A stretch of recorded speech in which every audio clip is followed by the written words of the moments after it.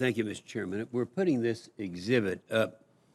I know you've both seen it and you're very familiar with it, but we want to make sure it's in view of the camera and make sure that everyone understands what we're trying to say here.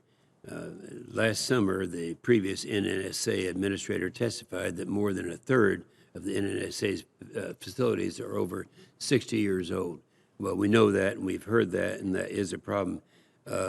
Secretary Granholm, I'd first ask you, have you personally seen and witnessed and toured these facilities? No, I have not yet because of the COVID restrictions, but I look forward to doing so. Yes, I knew that was your answer, and I know that's right, and you and I talked about this, so I would ask you on the record, will you personally do that? So Absolutely, sir. That's good. That's good.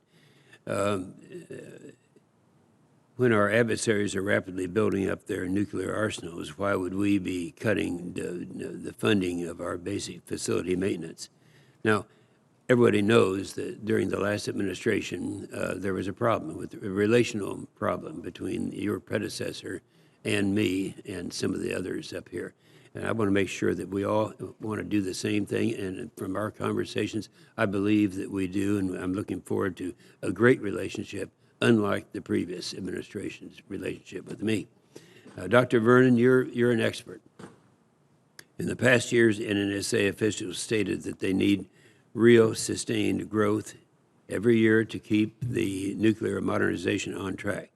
How will flat or reduced budget affect the NNSA ability to meet the DoD requirements over time, should that be the case? Would you expand on that a little bit, on what would be the effect if we failed to come up with the right approach to this? Yes, sir. So when we put the 22 requests together, we took a hard look at all of the requirements as we understood them and were, given to them by the Department of Defense and what we had to do to meet those requirements. We did the best risk balancing that we could across the complex. We ensured that the warheads got the funding that they absolutely needed, that the major facility modernizations got the funding that they absolutely needed. And in the area of infrastructure and operations, what we looked at there was that was one of the areas during the COVID pandemic that we actually had to do some slowdowns. And so we recognize that we will have higher than usual carryovers in those areas. So that's why we reduced some of the requests that we had in the originally we're thinking about. We reduced them in recognition of the fact that we just couldn't put the number of people necessary within the square footage to get the work accomplished in a safe and effective manner. So that was one of the reasons we lowered the request from some initial thoughts, was just the realization that COVID had a larger impact in that area. But again, we think we can accomplish, we're working with the sites that we can accomplish all of the work required to sustain to keep the infrastructure moving forward. As I say, all the major facility modernizations are supported.